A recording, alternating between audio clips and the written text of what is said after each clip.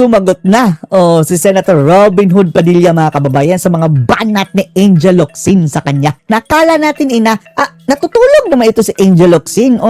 Akala natin na, mga kababayan, kung saan ang lupalop inilagay.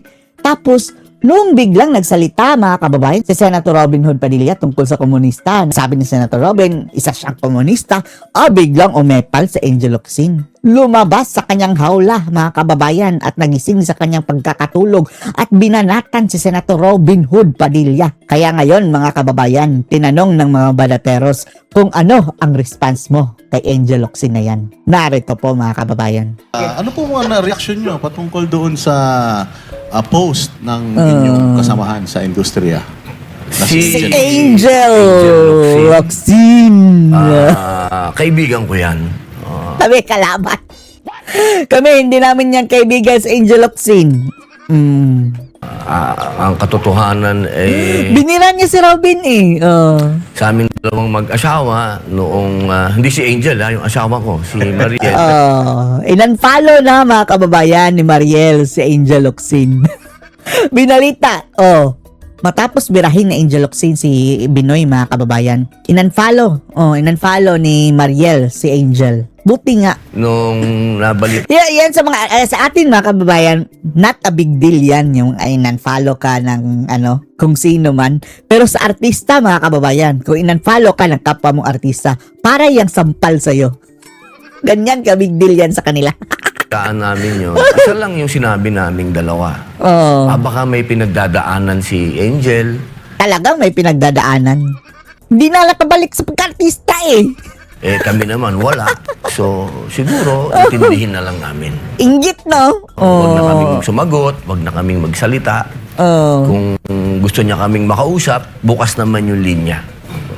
Hindi Gusto niya pasaring sa Angel Locsin idadaan sa social media para yung magko-comment doon sa kanila, mga kababayan, yun din mga dilawan na gatong ng gatong din, mga kababayan.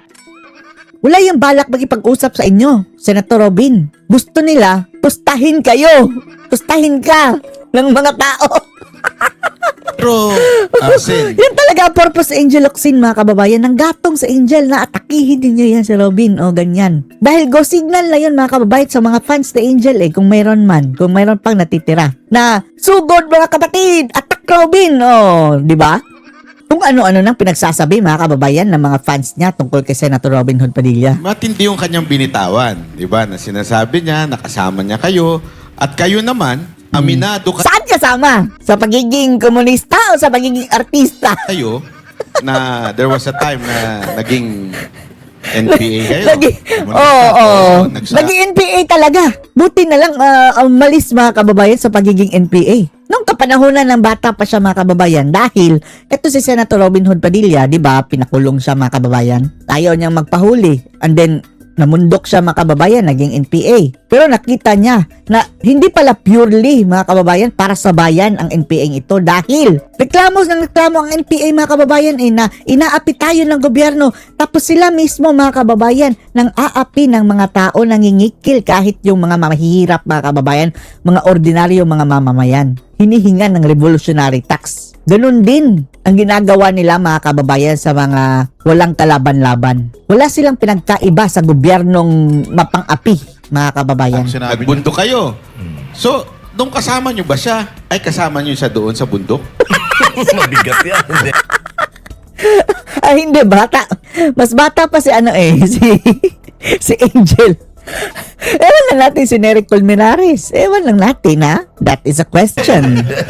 Ano yan, ang istorya kasi niyan, noong 1995, winanted ako ng gobyerno, kung naalala po ninyo.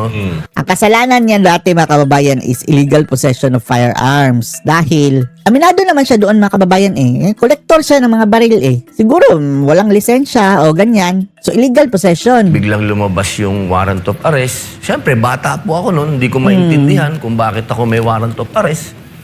Tumakbo ako ng Bicol, ng Camarines Norte. Sa Bicol. Ang daming salot dyan sa Bicol, mga kababayan, ng mga politicians.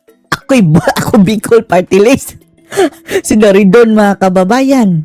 Sina Dilima. Sina Lenny. Si Trillanes. Diyos ko, Lord. Bakit halos ang mga kababayan, mga kontrabida sa politika dyan sa Bicol nagmumula? Pero in fairness mga kababayan, maraming pro Duterte na mga mamamayan, ordinaryong tao dyan. Kahit may baluarte yan ni Lenny. Hinabol pa ako hanggang doon. May mga dumating na CIDG doon. So parang pakiramdam ko, serious yata itong mga ito na ikulong ako.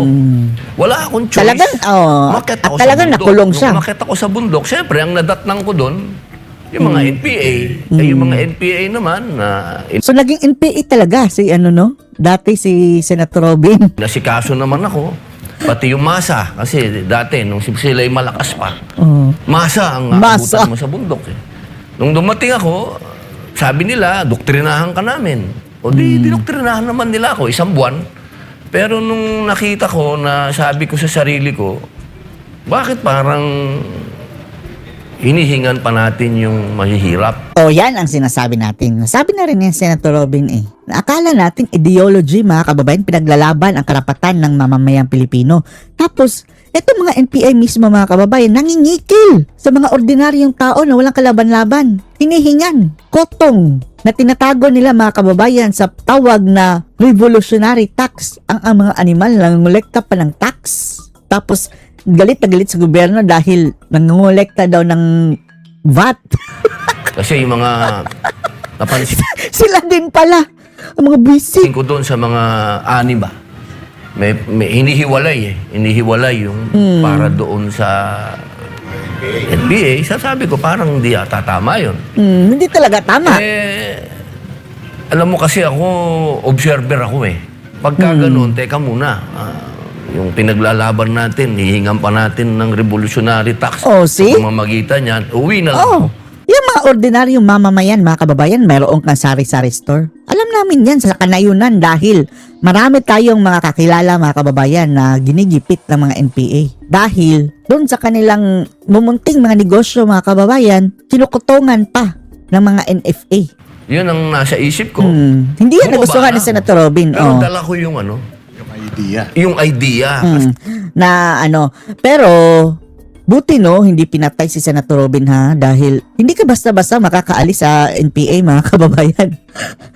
Tatargetin ka ng mga isparo nila. Kaso lang high profile kasi si Senator Robin At pagkatapos nun mga kababayan, pagbaba niya, sumurrender na siya and then, di ba, nandun siya sa bilibid mga kababayan. Pakulong talaga si Senator Robin Hood. Bata pa lang ako, lumaki na ako na sosyalista. Ang tatay ko, labor leader Ang tatay At ko, si Roy Padilla ang kanyang tatay mga kababayan, pinatay. Pinatay. Senior, siya yung presidente ng National Mines and Allied Workers Union. Mga minahan yun, mga workers. Socialist na kami. Lumaki na kami bilang sosyalista sa bahay pa lang namin. Sosyalista. So, hindi mahirap sa akin tanggapin yung communism. Actually, para sa akin kung magaganap talaga yan at magiging makatotohanan yan na pantay-pantay tayo at walang mayaman, walang mahirap, maganda yan. Pero Pero impossible. wala posible yan Wala na yung mga kababayan, yung ganyan na ideology. Hindi na yan realistic. Isipin nyo na lang kung ikaw ang tamad mga kababayan. Hindi ka na magtatrabaho dahil anyway, pantay-pantay Tapos unfair din mga kababayan sa mga nagsisikap dahil kukunin ang income mo tapos i-distribute mga kababayan. Wala talaga yan. Kahit pa ang China at Russia mga kababayan, wala na. Hindi na yan nila in-embrace. Kapitalista na sila. For the sake na lang na nilang mga kababayan, ceremonial na lang yung pagiging communist nila. Tanggap ko na yun. Tsaka yung sinasabi pa nila na yung kaalaman ko daw dyan, maliit. Hindi po. Sa Cuba pa ako nag-aral. Nagpunta Cuba. pa ako dun. Hindi po yan mismo. Nilalabas pa nila yung mga picture namin ni Joma. Nagpunta din ako sa... Sana sana nung kasama mo si Joma, tinakpan mo na lang yung ilong ni Joma para hindi makahinga. Tapos na sana ang pagsasalot ni Joma Call season. Nagtagal pa siya Nang habang andun sa Netherlands mga kababayan, naging command center pa niya ang Netherlands. Ang visit na corned beef, na master corned beef. Utrecht ng mga panahon na yan, pinag-aralan ko talaga, pero hindi yung armado. Never kong tinanggap na Armado. Kailangan Wala. Yung komunista, pagiging communist mga kababayan, hindi yan illegal Ang illegal yung NPA na mayroong armas. Mas kasi tapos na si Bonifacio eh. Nakuha na natin yung freedom. Ang pakikibakan natin ngayon, kahirapan, hindi kapwa Pilipino. Kailangan natin makidigma sa kahirapan. Sa kurakot. Oh. Kaya gamitin ninyo ang inyong tapang laban sa kurakot na bangag administration. Mga NPA. Paano nga itong mga NPA ngayon, mga kababayan? Kumampi pa sa bangag, buwisit ang mga NPA ngayon. Sa kapwa Pilipino. Kasi kalokohan yung may gobyerno na tayo, ibabagsak natin yung gobyerno para magtayo tayo lang ng panibagong gobyerno. Kung baga, Yes, nasa Lord. first floor na tayo. Gusto nyo, bumaba pa tayo uli ng first floor. Kalokohan. Pero hindi ko iniiwan yung ideology. Hindi po. Kahit na magalit kayong lahat, kahit mga kaibigan ko magalit kayo, pasensya na kayo. Kasi ang unang Kristiyano, nasa Biblia yan, pag binasa nyo sa Acts. Andyan yan, sinasabi na tayo ay pantay-pantay. Kung ano yung meron ka, ibigay mo. Sa Islam, ganyan din po. Kung anong meron ka, Pero imposible yan in this modern world. ibigay mo sa kapwa mo. Anong masama doon? So yun yung konteksto nung sinasabi yun na kayo Na po ay komunista. Ang ideology na, hanggang sa ideology na lang mga kababayan.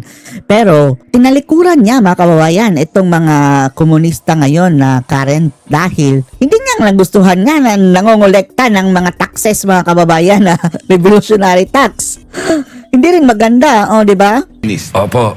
At kaya ko po nasabi din yon nung minsan ay sa pagdinig, wag na natin pag-usapan po yung kung ba't ko lang nasabi. Kasi alam ko nga yung history. Alam ko yung history ng communism dahil pinag-aralan ko nga po yan. Kasi meron Marxist, meron din po kasi armado, yung mga Marxist kasi, yung mga armado yan. Kaya si Lenin kasi ginaya lang niya, ginawa niya si Marxist ba? Si Marxist kasi ang sumulat niya na kinuha lang din niya sa mga unang Kristiyano, di ba? So, ibig sabihin, may karapatan akong sabihin yung history doon sa naganap na pagdinig. Kasi pinag-uusapan yung Romanov. Hindi na ako makatiis. Kailangan na ako magsalita. Kasi palagay ko, alam niya ang subject Ayoko matter naman maligaw. At nung nangyari yan, yung kwentuhan ninyo ni Angel Locsin, bakit napagkwentuhan nyo yan? Yung experience mo na yan? Kasi very Si Angel Locsin. Angel, sa usapin Ano ba talaga yan sa Angel Locsin? Robin, baka may alam ka. ng martial arts. Pakibulgar. Kasi nag-aaral siya ng martial arts. So, siyempre, Martial arts? kwentuhan kami. May alam din tayong nag-aaral ng martial arts mga kababayan. Pero sa lang yun, sa cartoon si Kung Fu Panda. Nung panahon na yun, Gabriela siya eh. Nung Gabriela. Ay, etong mga Gabriela mga kababayan, mga yan, mga walang kwenta. Nagtataguyod daw mga kababayan sa karapatan ng mga babae. Tapos yung mga babaeng naabuso ng mga NPA mga kababayan, wala. Tikom ang bibig nila. Pinagpasapasahan ng mga commander, binuntis mga kababayan, ang mga babaeng na-recruit, mga estudyanteng naloko nila galing sa mga paaralan. Tikom ang bibig ng mga Gabriela. Nasabi ko sa kanya, Pati nga doon mismo sa Kabataan Party List mga kababayan, di ba? Mayroon yung gahasaan. Nasaan ang Gabriela nun? na leftist ako. Kasi wala namang masama kung leftist ka. Anong Huwag lang mag-armado. takot mo kung leftist ka? Ang masama kung ikaw ay may dalang barel. Yun ang problema. Actually, wala na tayong anti-subversion law. Ayan, Na-repeal na yun eh. So, miski komunista ka, sosyalista or anything, walang illegal doon. Huwag ka lang maglalaban sa gobyerno, Huwag lang maging terorista. magdadala ng armas. Yung tatay ni Senator Robin, natatandaan ko, isa sa mga membro ng Batasang Pambansa noong araw na kami ni Doy Laurel ang siyang kumuha sa tatay niyang maging kandidato laban kay Marcos, laban sa diktatorya. Laban kay Marcos, ha? Napakatapang ng tatay niya, tatandaan ko. Salamat po. Kaya lang, speaking of the left, ngayon kasi, alam naman natin na maraming raid na nagaganap ang military at yung mga Raid? Akala natin. nakikitang mga gamit doon, galing Raid pala. Akala natin yung mga kababayan, letter P ang sa left. So sa tingin niyo po ba, medyo umiwas na o nawala na dun sa tunay na layunin ng komunismo itong mga makakaliwa ngayon? At Iba na. Hindi mga kababayan na para ng mga bandido. na sila ng O, bandido. armas? Ano kasi yun yung Marxist kasi, yung mga Leninist, meron silang armadong, may aspect ng armadong pakikibaka. Ang pakiusap lang natin, Ang problema lang kasi dyan sa mga NPA mga kababayan, tumatanggap sila ng mga kriminal. Na yung talagang reclusion perpetua na mga kababayan ang hatol, mga mamamatay tao na talaga, tinatanggap nila. And then, yun ang nangahasik mga kababayan ng krimen. Mga lost command. Kanya-kanyang dahil hindi niya na-supervise lahat Tapos may baril. Tapos kidnapper pala yan dati. Ginamit pa nila mga kababayan ang ideology. Kunwari, para mangsalot. doon sa mga leftist ngayon, ako bilang mambabatas na pareho nila, iwasan natin na yung ganong armadong Kasi huwag kayong magtago. Kasi kung kayo ay totoong leftist na katulad ko, sabi nga ng ating patron, hindi na bawal yan.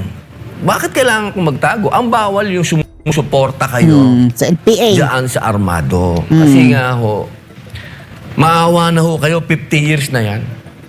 Wala naman nangyayari. Tsaka alam nyo, dito po sa Southeast Asia, tayo na lang po ang may rebellion. Paano naman yan? Masyado na tayong paatras. Paatras. Iimbestigahan na po kayo, ha? May balitang ganon na Sa DND mga kababayan, nakakatawa. Bakit hindi nyo unahing paimbestigahan niyang mga makabayan black? Si Robin pa mga kababayan ang paimbestigahan. Lord. parang planong imbestigahan or paimbestigahan ni Gibo Teodoro si Senator Robin dahil dun sa kanyang communist remark. Sumulat na po ako. Nangyari na po yun. Sinulatan na po ako ng AFP. Sumulat na rin po ako pabalik sa kanila. Hindi naman sa NPA mga kababayan. Yung ideology lang. Dahil gusto niya pantay-pantay. Wala tayong magagawa dyan mga kababayan. Yung gusto niya ni Robin. Pero, ang sabi niya, hindi nga niya ina-accept mga kababayan yung patakaran ng mga NPA. Kaya nga siya umalis dahil nangingikil mga kababayan at armado. Nangingikil pa sa mga ordinaryong tao. Ayaw niya yan. Pinaliwanag ko po yung akin. Katulad po ng sinabi ng ating patron na hindi na yan bawal. Panahon ni FBR, yan ang unang-una niyang ginawa. Bar top notcher pa man din si Gibo.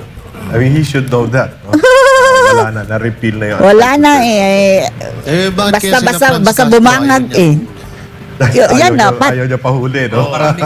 Yan ang dapat. Dahil, mga kababayan yung mga legal fronts, hindi natin sinasabi kung sino ha, basta yung mga legal fronts dyan, yung pera na nakukuha nila sa gobyerno, sinusuporta doon sa mga revolusyonaryo, mga kababayang may baril. Yan ang bawal.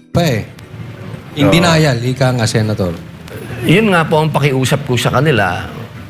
Huwag nilang ikahiya kung ano man yung ideology nila. Ang ikahiya nila, yung hindi man ako nagsasabi na Pagka-NPA. kasi lang ganun, na sumusuporta sa armado, pero Yan. Takot yan sila mga kababayan na mabuking na sumusuporta sa armado. Dahil the mere na fact na sumusuporta ka sa armado, wala. Bukya ka sa anti-terror law. kung sila ay totoong leftist, huwag kang Huwag kang kang gamol. Isa yan, proud ka dapat. isa yan sa mga issue.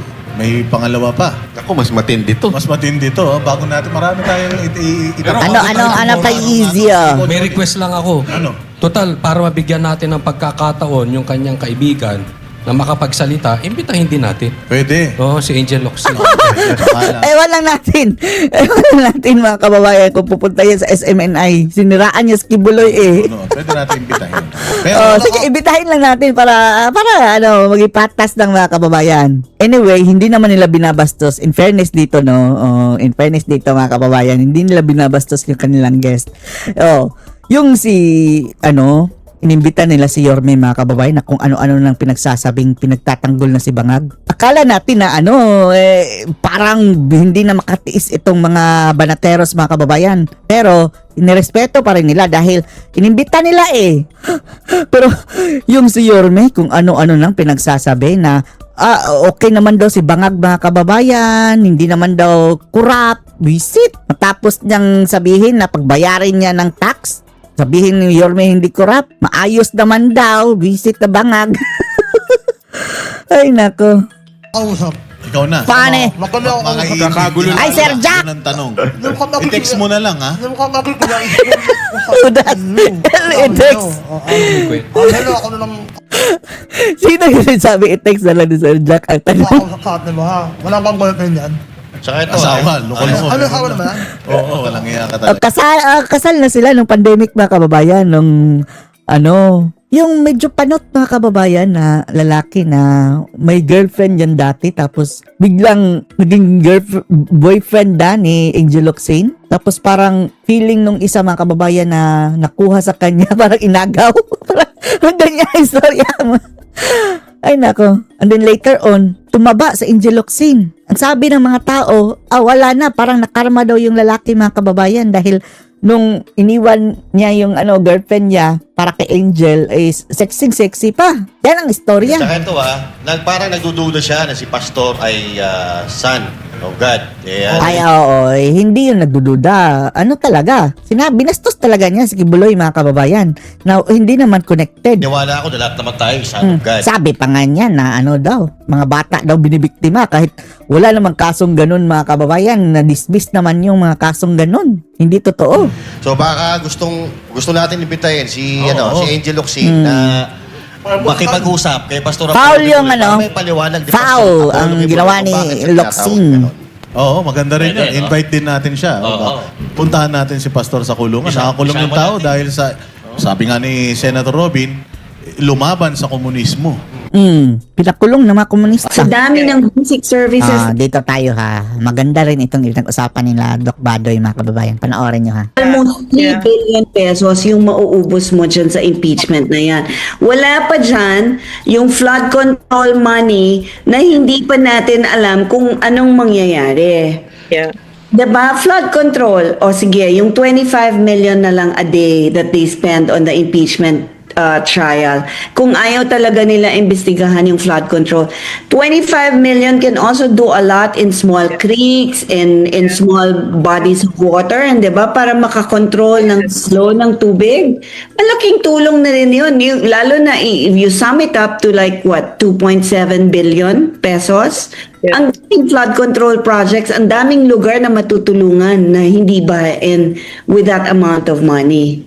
You know what, Ruth, mga kababayan, no, yung experience ko dito sa Japan, nakakagulat talaga. Nakakagulat. Kasi pupunta lang ako dito noon, vacation with my family. So, maikli lang. Pero ngayon na-exile ako dito, no. I've been here for 475 days already. It's so shocking because I have never seen a government so caring for its people. Even for me, that I'm here, no, because I pay taxes, no.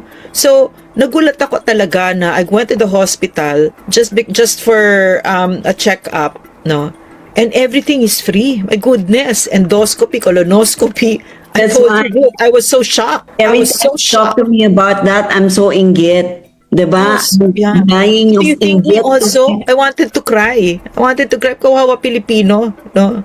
Oo, alam mo yun, if I told you about the rabies vaccine that was Yeah. not available in one city in Metro Manila, highly ang tawag doon, highly urbanized city, Yeah. Metro Manila. Walang rabies Can you vaccine. imagine? Can you imagine kung ano yung sa bundok? 'Di ba? Wala na talaga. Wala na talaga 'yan, 'di ba? So yun yung sinasabi ni Yusek Ruth, no? Ni Attorney Ruth na yung kapabayaan ng gobyernong ito. Yung Yeah. presyo na lang ng consumer goods natin eh. I don't hear, of course, parang my radar is up every time I hear government monitoring prices of basic goods. Kasi galing ako dyan eh, diba? I mean, I used to do that. I did that for 7.5 years. Wala naman akong nadidinig na nagbabantay ng presyo. And then, now There's none? The one Well, that you used to do? Wala akong nadidinig na nagbabantay ng presyo. We have basic commodities and basic necessities and prime commodities, and the prices are supposed to be stable. The prices are supposed to be low kasi that's under the Price Act na meron power ang Department of Trade and Industry to keep the prices of these goods low para mas affordable siya doon sa mga people who can buy less. Yeah. Yun, hindi ko naman nadidinig. Enforcement ng smuggling of agricultural products, hindi ko rin naman nadidinig. These are functions of the government that are very important to the people that should always be in the news headline. Mainstream media. Dapat yan naririnig mo, diba? Dapat yan yung mga pinapakita nila that the government is acting on the needs of the people. Pero so far, wala naman akong nadidinig na ganun. Because I remember, ikaw everyday eh. Diba? Araw-araw ka na sa palengke, nasa grocery ka nun, diba? And then that was your program, diba? Yeah, it was my job and the people needed to know. Kasi kaya ko ginagawa yun.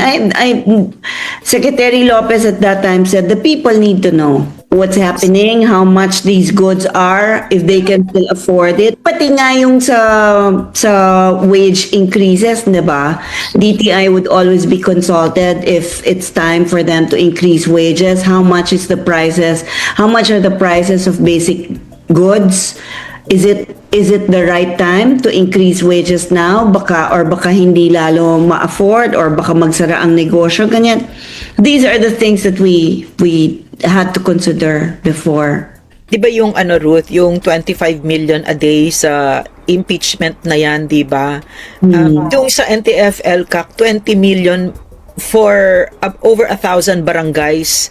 That was the one that really brought the CPP down also. Good governance kasi we were able to record-breaking thousands of kilometers of farm-to-market roads. Diba? That's what it means. At 20 million, that's what it means. Diba? Schools, schoolhouses yan, health centers, etc., etc. Diba?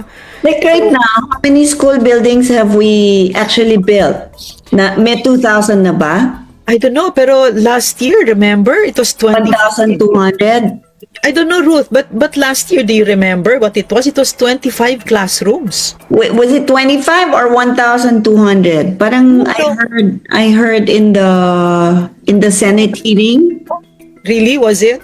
Parang there was but do you remember that time that we were even si Angara was so shocked, ha? Totoo ba ito? Yeah. So I don't know now. That's why my question is, because my recollection is 1,200.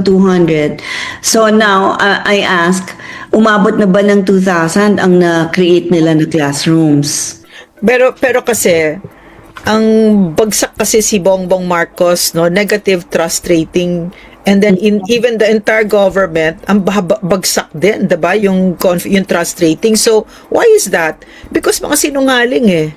Mga sinungaling, like you can hear coming out from the mouth of John Vic Remulla that crime rates have dropped, and well you don't feel that way. And grabe the heinous crimes that we're seeing right now. You heard about that I cannot. Yeah. Heard about that delivery guy, when They need to be, they probably just need to be truthful about what's really going on. Ang security natin, can you imagine, did you hear about the security provided doon sa, diba, after the killings in Tacloban? Yung sa school, diba, how many children were killed doon sa dalawang estudyante na nag-amak? Yeah. Nasaan yung security? Ilan yung police na deploy nila? I heard in one interview na hindi nila kayang bantayan lahat ng schools, so magka-cluster na lang sila for lack of policemen. Ika-cluster na lang nila, so maybe 2 policemen will be in charge of 6 schools around the area, so magpapatrol na lang. Do we have psychologists sa eskwela, sa mga public schools natin, who can watch the students who have mastered in behavioral science para panoorin ang behavior, pag-aralan ang behavior ng mga bata? para makita ang mga alarm bells or mga warning signals that they should be looking out for. Wala tayong ganun eh. We don't have that, and the government really needs to be spending on that. But at this point, Ruth, parang if there's one thing that Bongbong Marcos has been very clear about is that he didn't run to serve. No, he didn't run to serve the Filipino people. He ran to steal and to hang on to power. But that's it.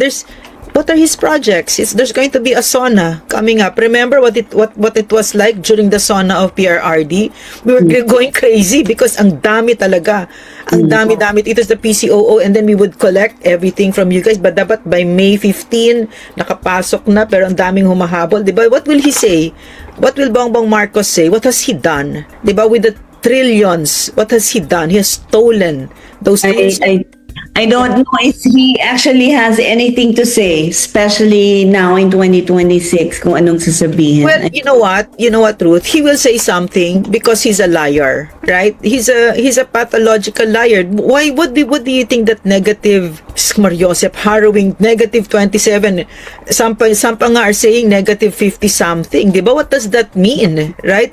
What it means is that every time he opens his mouth, people are throwing their slippers on the TV, diba? Or shut up, diba? Or every time he goes down there on the ground and he's shaking everybody, walang pumapansin sa kanya. Every time he goes to other countries, sisigawan talaga siya, right? So, parang what I'm seeing right now is failure in governance already. And we're careening towards failed statehood. But you know what? What I'd like to hear sana, kasi alam naman natin what's going on in the country and what we are all experiencing now. Sana in his State of the Nation address this month, he can at least address naman the plight of the consumer. Tayong lahat yan eh. It's not just you, it's not just me, it's all of us. All of us, we are all consumers. So anong benefit ng consumers in this administration for the year 2025-2026? Ano ba ang nakuha natin from the government? Yung 20 pesos na bigas na hindi naman sa buong bansa nagkaroon, at saka if you measure it, diba, you would read a lot of information. You measure it, it's not even 20 kilos. And then bibigay parang the recipients are very few and far between. So, and aside from bigas na 20 pesos, ano pa yung na-benefit ng consumer? Question, Ruth. Di ba Because go ahead. it's closest to the stomach eh. Pagka nagutom ang tao, di ba? Pag gutom na tayo, lahat na ng klaseng information maiisip natin. So, maybe should be prioritized or something. But as di ba, pag consumer rights, ang relasyon niyan ay malakas ang trust sa government, 'di ba? Yung consumer rights, 'di ba, na nakikinig ang gobyerno sa taong bayan, 'di ba? Etc.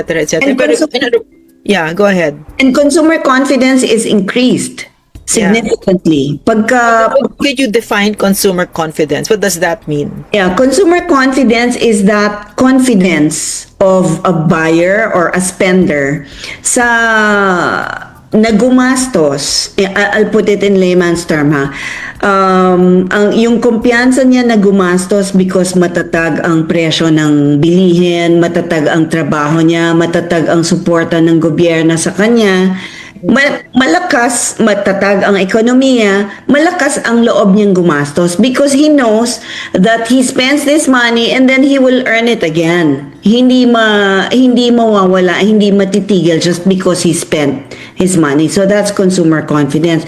This time, sana madinig natin something from the president naman to increase consumer confidence kasi right now, people don't want to spend. People don't want to travel. People do not want to even buy new clothes. People don't, because they're not sure. Diba? Makita mo, less people now eat in expensive restaurants, less people now do leisure. Maraming tao sa mall, if you will look at it, puno. Pero what do? They just sit around, nagpapalamig lang or naghihintay lang ng oras, hindi gumagastos. So that's consumer confidence na sana ma-increase, sana maitaas because it also helps in boosting our economy. Sige daw, what increases consumer confidence? If there is a strong leadership from the government. So we're never gonna get that right now. He Kaya nga has to eh. step down. Kaya nga eh, That's it. that's from where you get the confidence that you have a stable job, stable income, prices in the market are stable, prices of basic goods are stable, diba? Dire-diretso lang, and there is peace around the country. Kung wala mang peace sa outside the Philippines, at least dito sa atin, it's peaceful. That's one factor that increases consumer confidence. Question. So, kasama din sa consumer confidence, 'di ba, yung sa consumer sa area mo yung transportation, 'di ba? Tama ba? Yung Tama. magkano yung ginagastos nila. Yeah. So, yung mga kababayan natin pumipila ng oras, 'di ba? Tapos nagzo-zumbay the mga naka-Land Cruiser, 'di ba? Na mga congressman, na mga magnanakaw, tapos yung anak ni Raffy Tulfo pa may special lane pa siya, 'di ba? Naglulumusot pa, 'di ba? So people hear that on social media. They know that the son of Raffy Tulfo, they know that their people are lining up for hours. They know that this congressman now has a yacht. They now have Nonoy Libanan has a yacht daw. May marami daw may helicopter, ganun, 'di ba? So of course that affects consumer confidence. Am I correct? Yeah, it does. Transportation is one kasi paano magkakaroon ng it significantly affects consumer confidence kasi kung yung tao wala nang pamasahe para makapunta sa pupuntahan niya, paano siya? I mean, where will he get his confidence? Kung pupunta siya sa palengke, mamimili siya, pero pamasahe nga, wala siya. Di lalo na pangbili ng kailangan niya, hindi niya mabibili. Yeah. I want to ask, we'll have again tomorrow, di ba? But I want to ask before we close kasi we need to close na, no? I have so many questions talaga. Kasi one question for instance, no? That impeachment. Two more questions, okay, if you don't mind. That impeachment, what galls me kasi is that the House prosecutors are just sitting there sa background, and it's the private lawyers that are controlling the impeachment process after they had that slow-mo video with close-ups and introducing themselves as the prosecutors, House prosecutors. They're useless pala kasi naalala ko panahon ng tatay ko hindi siya papayag sa ganyan. My father was a congressman, 'di ba? He would really do his job really well, 'di ba? So am I correct in this that there's something awfully wrong? There's something awfully wrong. Kasi the impeachment trial does not suspend proceedings naman in the lower house. Sa Senado, you can understand kasi lahat sila required to be there. Yeah. Pero in the morning, I understand they can also hold sessions before the impeachment trial, di ba? So sa House, especially on session days, Monday to Wednesday or Thursday, dapat tuloy-tuloy ang committee hearings nila. Yeah. They can discuss health, they can discuss education, logistics, transport, fuel. Lahat yan, hindi They're not doing it? They're not doing it now? Ang daming congressman na nandun sa hearing So I don't know, baka hindi naman sila members ng committees na yon, but sessions need to proceed, need to go on. Baka nag-aabang ng maleta. Yung mga magnanakaw na to. Malamang, di ba? Mga magnanakaw yan eh. I wouldn't know, pero nothing stops them from continuing their real job kasi tapos na sila eh. Binigay na nila sa private prosecutors yung pag-handle ng kaso, 'di ba? or maybe some of the members of the Justice Committee na hindi naman kasama dun sa prosecution team, pwede nang mag-proceed magstay na lang sa House, and then pagpatuloy na lang nila whatever committee hearings they need to finish para may mangyari kahit man lang sa Consumer Act or sa Price Act. Well, we'll have to continue this conversation tomorrow because we've run out of time. Any last words to our viewers, Ruth? You know, I'm just really sad, and the reason I'm speaking up now is because we're spending so much money on these things and we're neglecting the needs, yung tunay na kailangan talaga ng mga taong nangangailangan: pera, pagkain, trabaho, shelter. Nakita mo naman yung mga namamalimos dyan. Hindi natin alam nga kung totoong homeless sila or hindi. But at least find out, di ba? Kesa nakakalat sila, we have the agency to do that. We have the DSWD to do that. So, basic needs na lang ng tao, basic na pangangailangan. That's instead of spending so much on all this. You know what? Okay, my closing, you know what? I think that what we're seeing right now is madness. No? So, and I think that we should take good care of each other, no? Because there's nothing. He's not serving the people. No, he's not. He's totally incapable. And government is taking their cues from this character. Okay, so parang for me, let's just take care of each other and we'll ride it out. Okay, so magkaisa Kaya lang, yeah. gusto ko sana maintindihan ng mga viewers. I hope they understand na at the end of the day, tayo lahat ang talo. Yeah. Dito, hindi sila. Whether ma-acquit or ma-convict si VP Sara, tayo pa din ang talo. Kasi tayo yung naubusan ng pera para sa basic services na dapat napupunta sa atin. Like yung Pero aayusin natin yun, Ruth. Diba? Yeah, ayusin natin kung yan. bakit tayo nagsasalita, diba? Kasi naisip namin ni Yusek Ruth na nabiyayaan kami na nagsilbi ng bayan sa ilalim ng napakagandang leadership ni PRRD. So, gusto man lang namin yan ma-impart kahit na papano. Okay, so maraming salamat. Go ahead. Yusek, gusto natin magkaroon ang Pilipinas ng benefits na naibibigay ng ibang bansa sa mga citizens nila.